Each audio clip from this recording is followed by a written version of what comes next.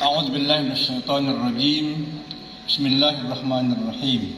بسم الله وبحمده. السلام عليكم ورحمة الله وبركاته.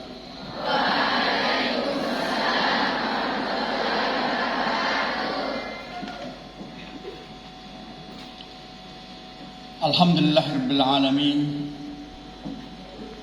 Wassalatu wassalamu ala ashrafil anbiya'i wal mursalin Sayyidina wa Habibina Muhammadin sallallahu alaihi wasallam wa ala alihi wa ashabihi wa atba'ihi ila yaumiddin.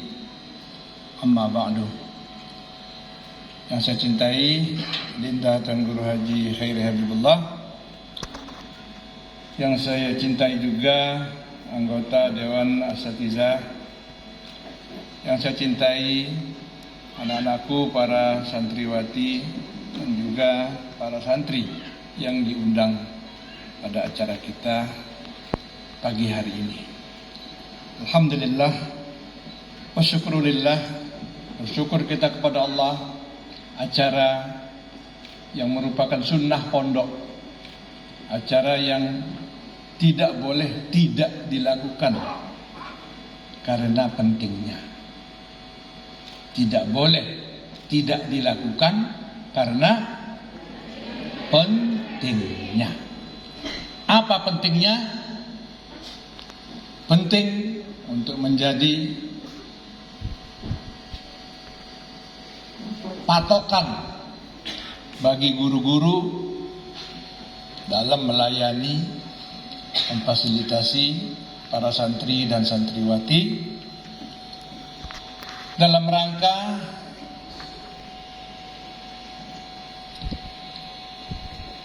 idhal ihya at-tabi'ah al-mahmudah fi wat-talabah, to insert the good manner, the good attitude to all members of pondok, agar bisa memasukkan kebiasaan, tradisi dalam diri isi pondok semua tanpa kecuali, good manners, memasukkan tabiat, good attitude, kebiasaan baik. Tidak bisa main sulap, ya, bisa begitu saja, tapi memerlukan kesungguhan, kerja keras, waktu yang lama, dan pengorbanan dari semua pihak.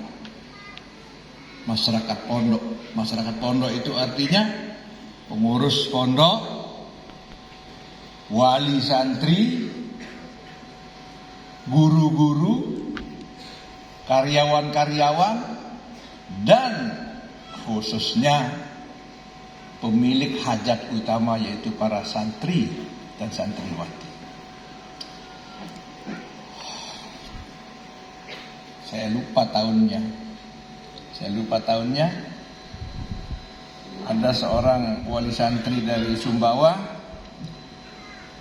datang kepada saya, minta izin untuk anaknya diliburkan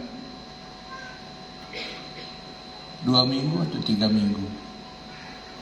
Untuk apa?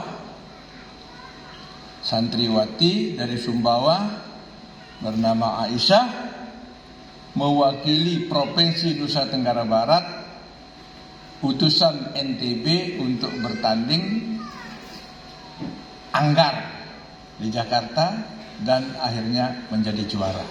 Alhamdulillah. Jadi ternyata Aisyah berhasil pertama menjadi wakil NTB di nasional, dan di nasional berhasil menjadi juara, dan dia tamat di Pondok Putri. Alhamdulillah. Ini namanya qudwatun hasanah. Saya teringat seorang putri Amerika Serikat bernama Ibtihaj Muhammad. Ibunya Edwin Muhammad, sehingga dia namanya Ibtihaj Muhammad. Dia hobinya olahraga. Apapun alasannya dia harus berolahraga. Akhirnya dia memilih anggar untuk menjadi olahraganya, sama dengan Aisyah itu tadi. Dan dia berlatih dan berlatih. Akhirnya ketika Olimpiade Rio de Janeiro, Ibtihaj Muhammad berhasil meraih medali perunggu dan diundang langsung oleh Obama ke istana presiden di Washington DC dan diberikan penghargaan. Inilah olahragawati muslimah pertama yang berjilbab dan memenangkan medali Olimpiade.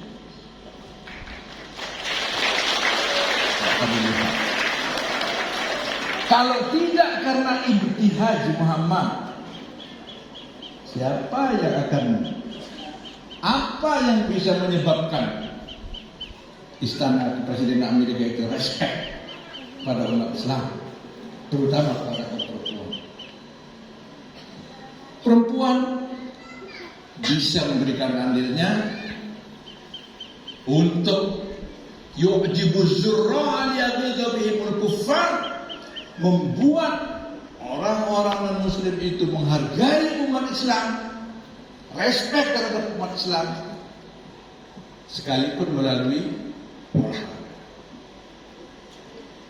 Olahraga ini bisa memberikan kebanggaan, ibarat kancing emas di dada tempat orang menepuk dadanya. Anaknya. Itulah pengaruh olahraga.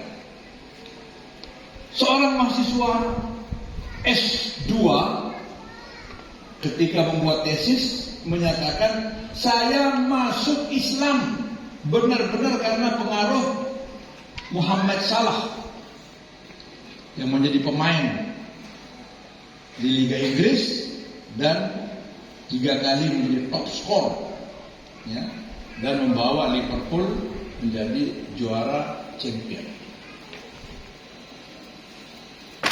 Saya masuk Islam karena Muhammad Salah, katanya. Olahraga.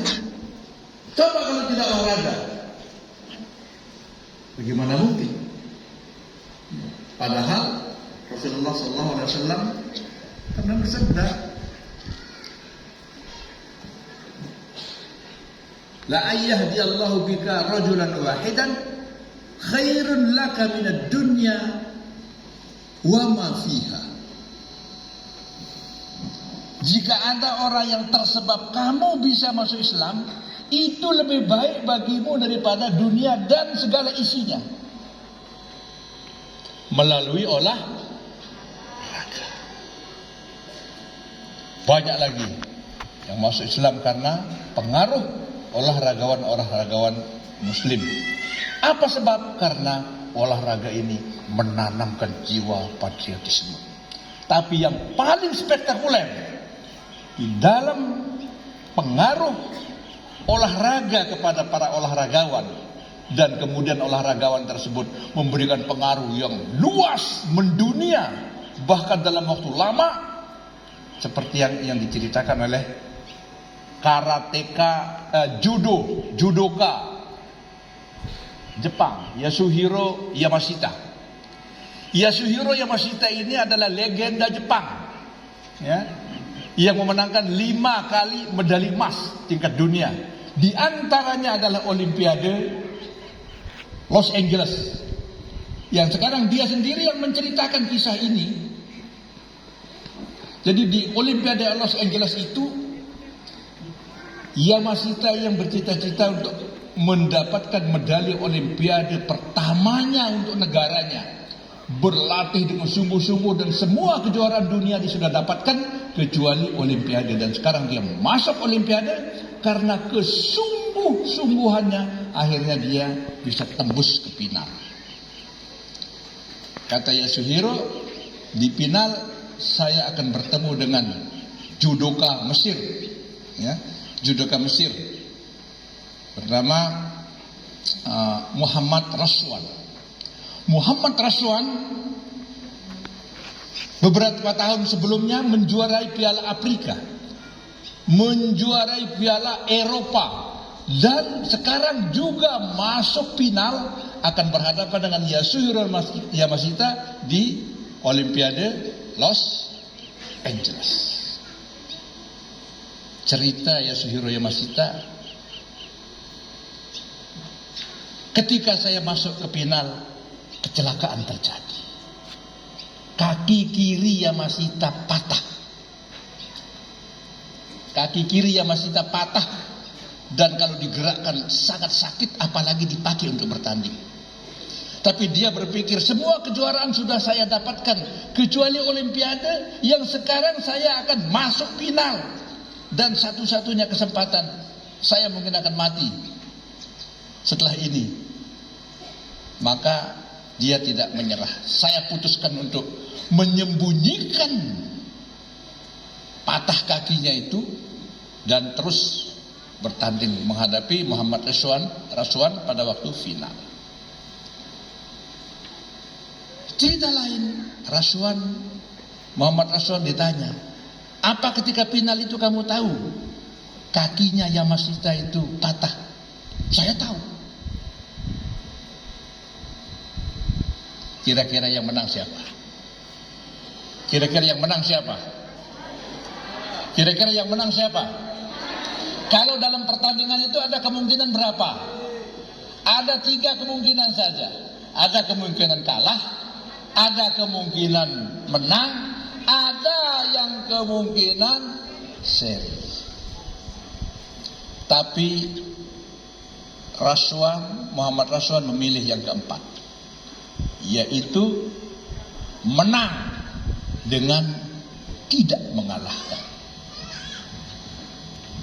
Sepanjang pertarungan itu, Yamashita yang bercerita, sepanjang pertarungan itu, sekalipun Muhammad Raswan tidak pernah menyentuh kaki saya yang patah itu.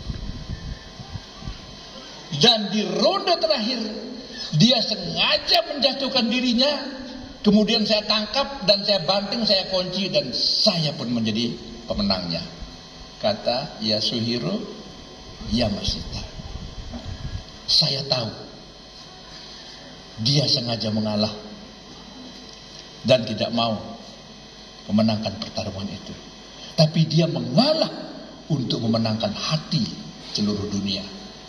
Apa yang terjadi? Yasuhiro Yamashita mendapatkan medali Olimpiade. Tetapi Muhammad Raswan mendapatkan apa? Pertama, medali fair play seluruh cabang olahraga Olimpiade Los Angeles. Dan hadiah itu baru pertama kali diusulkan oleh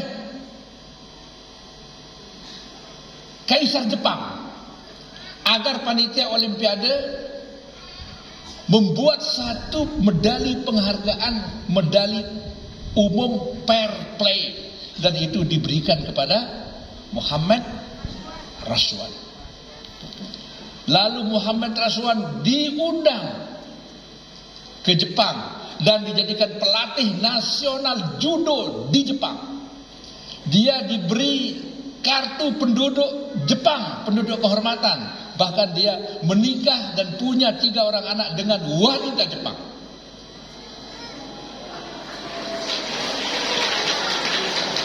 Siapa itu tadi? Muhammad Raswan. Yasuhiro Yamashita memang mendapatkan medali Olimpiade, tapi Muhammad Raswan mendapatkan semua medali sampai hari ini. Inilah mentalitas yang ditanam ketika kita mengolahragakan santri dan mensantrikan olahraga. Makanya tadi itu gak mau terima itu. Ini karena kalian biasa. Ini generasi apa ini? Generasi Z generation ini generasi manja. Bawa pecut kalau latihan baris-baris itu. Rasulullah kan bawa pecut. Sawat Al-Ghaziyah dipukul atau enggak? Ketika bengkok barisannya. Ada hadis di mana Rasulullah memukul anggota barisan yang bengkok kan? Ada enggak? Guru kenapa enggak amalkan hadis itu? Kalau enggak amalkan hadis itu, enggak tegak Islam. Islam ini memang tegak dengan cara mengamalkan ajaran Rasulullah Sallallahu Alaihi Wasallam. Rasulullah sudah mengajarkan. Kita kalau melatih anak baris-baris, kalau enggak pakai pecut, enggak akan bisa lurus. Pukul dia. Petisnya itu. Pes dia biar belok. Biar tahu caranya. Ya. Ini meluruskan barisan aja enggak bisa. Pemimpinnya harus turun ke belakang, harus meluruskan dari depan. Siap, gerak, luruskan. Tahu dia supaya lurus. Tengkuknya yang di depan itu tidak kelihatan karena terhalang oleh tengkuk yang di depan kita. Kalau begitu caranya lurus dari ujung sampai paling belakang.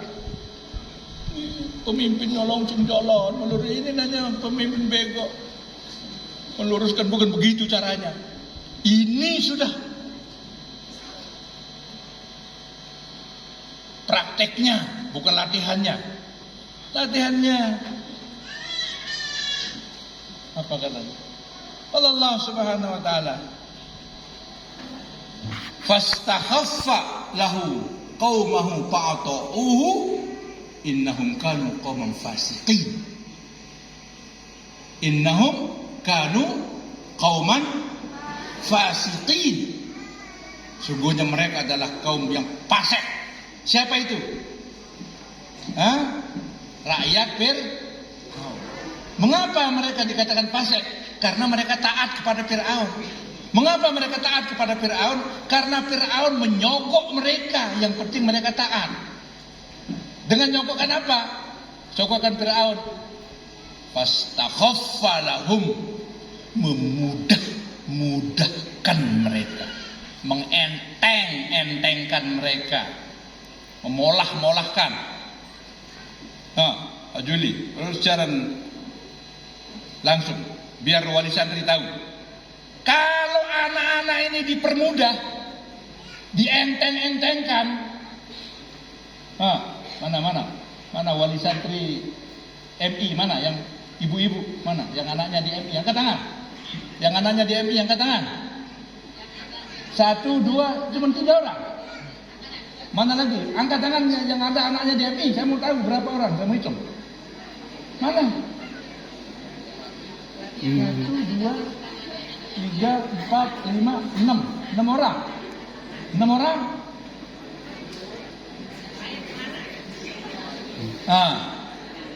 Ini wali-wali santri, ini guru pondok. Tahu pendidikan. Istahaffa li waladihi. Mengenteng-entengkan anaknya, memudah-mudahkan. Yang penting anak senang. Tidak. Suruh mondok. Pulang mak. Tidak. Aku yang kasih kamu makan. Saya lihat. Itu kan rumahnya Maisun itu. Tuh. Dari sini kelihatan kan? Ini pondoknya. Kalau dia pulang saya berdiri di depan gini. Apa pulang?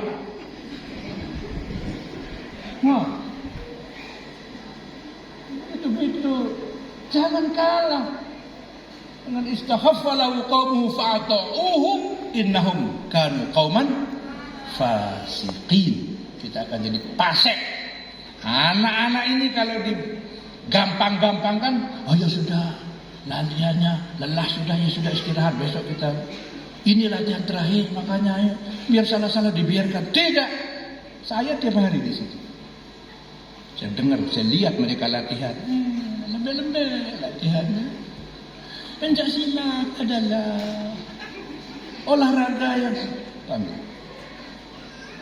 udah urusannya pencak, orang urusan main hidup mati kok lemes-lemes.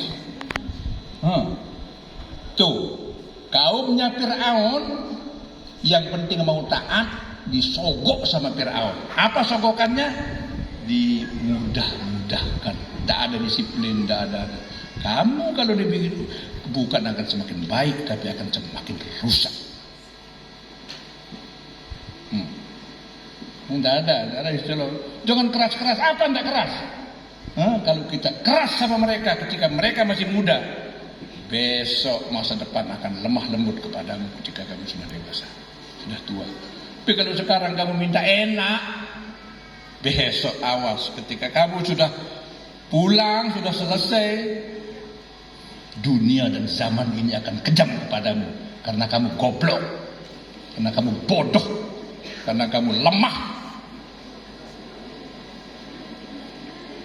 Jadi di pondok itu apa? Sabda Rasulullah, man kharaja fi talabil ilmi fahuwa fi sabilillahi. Bisa kamu bayangkan sabilillah itu seperti apa? Ada orang sabilillah lemas-lemas, kocek surga namun lemas. Orang yang namanya sabilillah itu siap jiwa dan raga, mental, semangat, siap tempur menghadapi lawan. Lawan pantang dicari, tapi kalau sudah berhadapan pantang lari. Itu pendidikan, dan itu salah satu yang dilakukan oleh Nurul Haramain melalui acara pendidikan olahraga dan seni. Alhamdulillah, syukurillah Nurul Haramain dengan penuh kesadaran, dengan penuh usaha, upaya agar kalian seperti Nabi perintahkan. Sekarang ini sebentar lagi datang musim hujan, musim banjir ya. Banyak cerita mati tenggelam umat Islam ini. Tidak bisa berenang. Tidak bisa berenang. Itu anak kecil, saya buatkan kolam renang. Ajarin anak kalian. Awas kalau ada anaknya, saudara-saudara ini tidak bisa renang. Ajarin nanti ada banjir, anaknya mati, kenapa tidak bisa renang? Memalukan umat Islam tidak bisa renang. Nabinya sendiri sudah perintah. Mana ada? Coba angkat yang tidak bisa renang. Angkat tangan yang tidak bisa renang. Aduh, menyedihkan. Anak narmada tidak bisa renang, menyedihkan. Ya. Jadi untuk sementara, nah ini yang putra, kolam renangmu sudah jadi tapi belum ditembok. Kamu berdoa supaya segera ada biaya. Kita bikin. Itu lihat kolam renang ini gua 100 meter itu muka ngonong lu si jauh. Cuma batunya aja. Kamu berdoa, ya Allah berikan kami batu. Jangan batunya saja, semennya juga. Jangan semennya juga, ongkos tukangnya juga. Kalau ada kolam renang di sana, kamu kalau tidak bisa renang, sawut, timpuh, keserak. Oh ini perempuan ini tukang cemburu. Oh saya laki saja. Laki dibuatkan aula Mamnya Heri. Kamu dengar anak putri ini, Allah doang laki-laki saja, dibikinkan di aula 2 kali lipat besarnya. Udah begitu, udah pernah kita dengar bilang alhamdulillah. Intinya alhamdulillah ya. Ya, jadi kalau laki dibuatkan kolam renang, putri juga buatkan kolam renang. Oh, yang di sana itu susah nutupnya. Tahu-tahu ada rezeki, bisa kita bayar. Sebentar lagi, mudah-mudahan jadi. Tapi doakan supaya ada biayanya juga untuk membangunnya supaya bagus. Bagus, tidak boleh, tidak bisa berenang. Putra putri alumni sini, mungkin nanti boleh terima ijazah di pinggir kolam ya. Pinggir kolam. Mengambil apa ini? Mengambil ijazah, Ustaz. Mau daftar sebentar dulu. Ayo, terjun dulu sana. Loncat tuh, bekecak tuh. Tidak bisa renang, tidak usah kasih dia. Bagaimana menjadi relawan pembela orang-orang yang kena musibah, kamu sendiri tidak bisa berenang. Itu diantaranya melalui olahraga. Ya, untuk yang putra mungkin putri terlambat ya. Kamu panggillah, undang besok tuh di lapanganmu itu eksibisi pertandingan. Siapa juara NTB itu bola poli, kan boleh undang poli. Kalau kamu lihat bagaimana orang nyemes itu ya.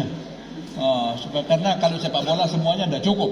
Jadi poli juga digalakkan, ya. Poli juga digalakkan.